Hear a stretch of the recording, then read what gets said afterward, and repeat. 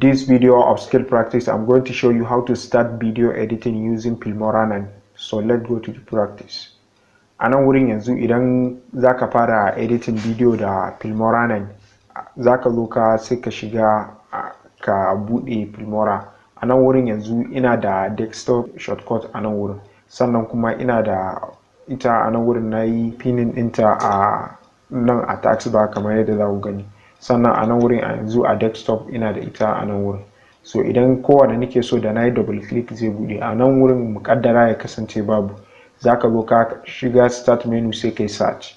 A nan wurin sai ka rubuta Filmora. So wannan shine Filmora namu, sai kai double click ka bude.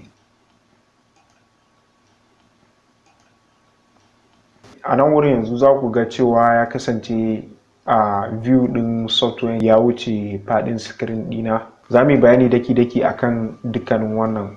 Yanzu za mu bude ta mu sa full screen. A nan wurin yanzu za ku ga cewa muna da menu bar. A nan wurin yanzu menu bar shine wannan na saman nan da za mu gani a nan wurin kamar haka. So wannan shine menu bar. A nan wurin yanzu muna da file, a nan wurin muna da edit da tool da view da export zuwa help. Sannan a nan wurin muna da library inda files ɗinka suke da folders a nan wurin yanzu. Sannan kuma muna da screen preview. Wannan shine screen preview namu. Idan muka yi importing wani abu za mu kunna, a nan wurin zai dinga nuna mana. Idan mun yi adding video a timeline zai zo results ɗin da ke a timeline za mu dinga ganin shi a preview. So wannan shine timeline a Filmora. So a nan wurin ne zaka zo ka ɗauko video. Idan ka zo ka ta nan ne zaka yi editing, kana ganin preview result ɗin shi a ta nan sama. So wannan shine a takaice a game da interface na Filmora. So bayan nan wurin da akwai waɗansu abubuwa masu muhimmanci a nan wurin. Da farko a nan wurin yanzu za ku ga cewa muna da timeline zoom. A nan wurin yanzu za ka iya zooming timeline kamar haka. Za ka iya danna plus button a nan wurin da kuma minus button kai abin nan. Wannan shine fit timeline. A nan wurin za ka dukkanin abin da ke cikin timeline ɗin zaka, idan ka yi fitting ɗin shi zai nuna ma shi gaba ɗaya. So wannan yana da amfani sosai. So za kuma ka iya amfani da wannan ka kama shi ka ja a nan wurin. Muna da snapshot. Snapshot shine kamar screenshot na abin da ke akan screen ɗinka, preview. So wannan shine snapshot namu kamar yadda za mu gani a nan wurin. Sannan kuma wannan shine volume na video da kai importing. So wannan su ne abubuwan da kake bukata a takaice. Idan kuma kana son za ka yi playing video ne full screen, sai ka zo ka shiga full screen view a nan wurin. So wannan shine a takaice a game da interface na Filmora. Sannan abu na gaba da za mu je shine yadda za ka yi editing ɗin video. So idan za ka yi creating project, da farko za ka fara ɗauko bidiyon da za ka yi editing. A nan wurin sai ka yi double click akan wannan plus sign ɗin ma'ana add. So sai ka zo ka a nan wurin yanzu za mu ɗan yi renaming wannan bidiyon. So za mu sa mai Filmora tutorial. So sai mu zo za mu ɗauke shi a nan wurin. Idan ka zo ka kai selecting ɗin shi sai ka shiga open. Bayan da ka kawo bidiyo a yanzu za ka iya yin saving. Sai a nan wurin yanzu sai ka zo ka shiga file, sai ka shiga save project. Idan kuma ba wannan ba za ka iya danna control S sai ka save. Ko za mu sa mai V1 kawai. So wannan yanzu mun creating wannan project ɗin. Ko da mun kulle Filmora9 a nan wurin yanzu, idan muka zo muka buɗe ta za mu zo mu tarar da wannan V1 ɗin a nan wurin. So wannan shine.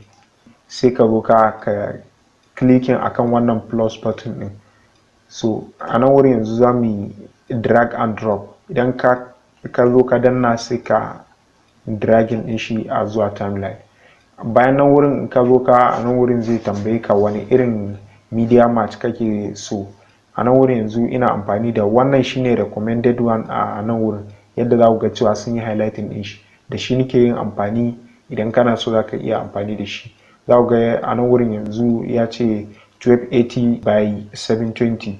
So wannan shine nake amfani da shi for the most time. Idan kana son ko da yaushe dinga tambayan ka sai ka bar wannan. Idan kuma baka so sai ka unmarking din shi a nan wurin kamar haka.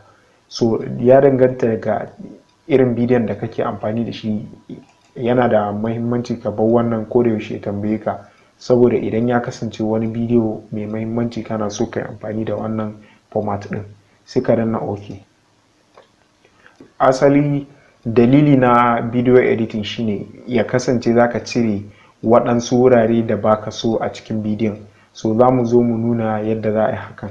Idan yanzu zaka zo a nan wurin za ku ga cewa bidiyon yana da tsawo. So idan za mu yi playing din shi sai ka zo ka danna a nan.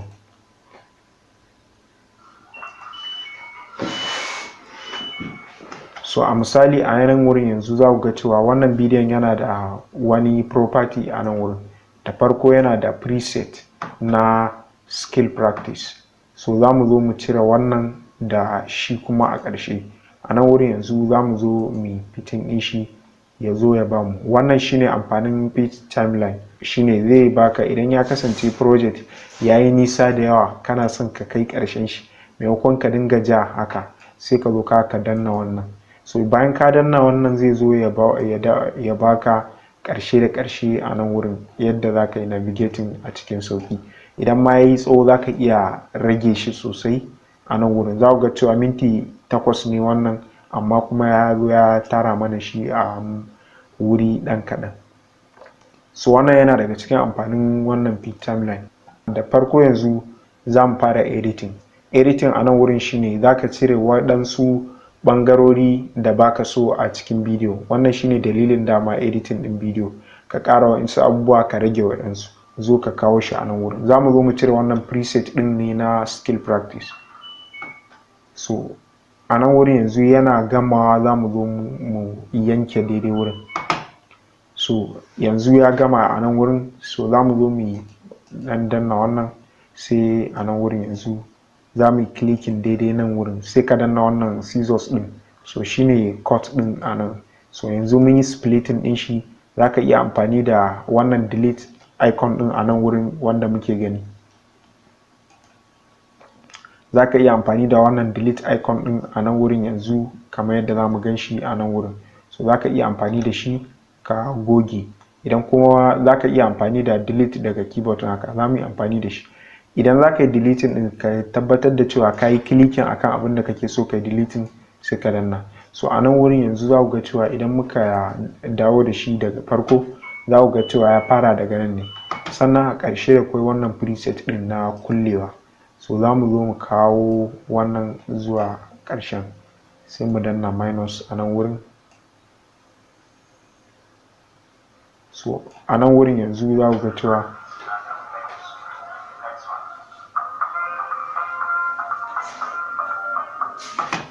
a nan wurin yanzu sai ka zo za ka iya amfani da wannan ka yi backward na shi. Sannan kuma za ka iya zooming. Idan ka yi zooming a nan wurin yanzu sai ka ɗan dawo da shi baya kaɗan. So sai mu zo mu cire wannan preset ɗin a nan wurin. Yanzu bayan mun clicking za ku ga cewa ya yi highlighting wannan by default. Idan muka goge shi a yanzu ya fita. So zai iya yiwa dama a bidiyo idan ka yi coverage da farko da ƙarshe shine ake ɗan samun wani matsala. So wannan shine a game da yadda za ka yi cutting ɗin bidiyo farkon shi da ƙarshen shi. Idan kuma ya kasance tsakiya ne za mu kwatanta deleting wani abu a tsakiya. A tsakiyar result ɗinmu a nan wurin yanzu sai mu zo za mu deleting wannan na wani abu a tsakiya. So sannan sai mu zo a nan wurin sai mu yi deleting wannan. So bayan mun yi deleting a nan wurin sai mu zo mu danna wannan da ba mu so na tsakiyan sai mu goge shi. So bayan da muka goge a nan wurin yanzu za ku ga cewa bidiyon asali minti 8 ne, amma yanzu ya dawo a nan wurin yanzu za ku ga cewa wannan shine abin da muka rage a jikin bidiyon. So wannan shine a takaice. Yanzu za mu zo mu goge wannan sai bayan ka gama a nan wurin yanzu shine ka gama editing sai ka zo ka shiga export. A nan wurin in ka zo ka shiga export, a nan wurin mun sa mai suna, wannan shine file name namu, sannan kuma wannan shine location na bidiyon. A nan wurin yanzu za mu zo mu shiga mu canza wannan location din. A nan wurin yanzu yana a cikin wannan folder ne mai suna Filmora tutorial, so za mu yi saving din shi a output, sai mu yi double click. A nan wurin yanzu sai mu shiga select folder. So a nan wurin yanzu mun san da cewa idan muka danna export a nan wurin zai je kai mu a output, sai mu ga final result namu, sai ka zo ka shiga setting. A nan wurin yanzu muna da option guda uku na bidiyon da za mu yi exporting, wanda za mu fitar a matsayin final result. Muna da good, da better, da best. Lokuta da yawa za ka iya amfani da better ne, amma best yana da nauyi sosai. Idan muka shiga best muka danna OK a nan wurin, za ku zo ku ga cewa ya ƙara nauyi sosai. Idan za ku duba a nan wurin yanzu muna da 658 megabyte point 3. So idan muka shiga a good, za ku ga cewa wannan number ya sauka, ya dawo 383. So za ku ga cewa kusan rabin wancan na best kenan. So sai ka zo ka clicking export. Idan na yi exporting zai daɗe yana yin exporting na wannan bidiyon, zai ɓata lokaci, to zan dawo in rage shi. Idan zan rage wannan bidiyon sai in zo in goge wannan na farkon, in goge shi, sai shi ma wannan in zo ni in raba shi a nan wurin. So za mu zo sai in yi makin waɗannan, sai in goge su, sai shi ma wannan in goge shi. So wannan kaɗai ne ya kasance za mu yi exporting, so sai mu shiga export. So bayan da ka shiga export a nan wurin yanzu sai ka zo za ka mai suna final my first project.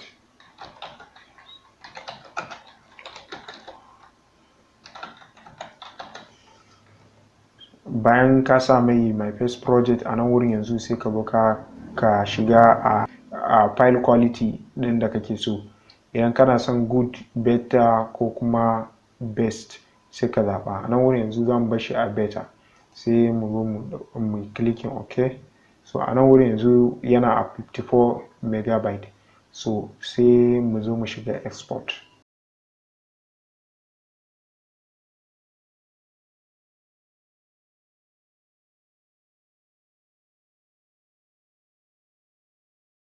So a nan wurin yanzu sai kai clicking akan find target. So da muka zo muka shiga a nan wurin yanzu ya zo ya kawo mu wonder share Filmora9, sai Filmora tutorial a output. So wannan shine final result namu. Idan muka zo muka yi playing din shi a nan wurin yanzu kamar haka.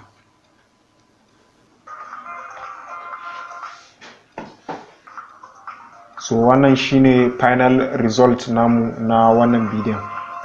So wannan shine, idan za mu duba a nan wurin yanzu za ku ga cewa babu preset a wannan bidiyon. Result din da muka ɗauko za ku ga cewa yana da preset a farko da ƙarshe. So ya kasance wannan na ƙarshen bai da preset. Wannan shine bidiyon da muka yi editing a nan wurin. Bayan ka gama a nan wurin sai ka zo ka closing wannan folder, shi ma wannan page din za ka zo ka closing din shi a nan wurin.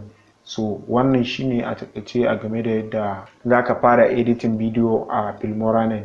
Sannan wani abu a nan wurin, wannan bidiyo ne wanda an ɗauke shi da kyamara.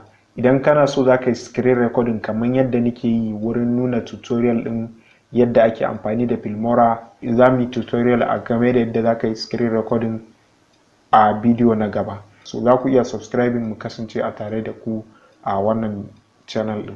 Thank you for watching this video, and in the next episode I'm going to show you how to start screen recording using Filmora9.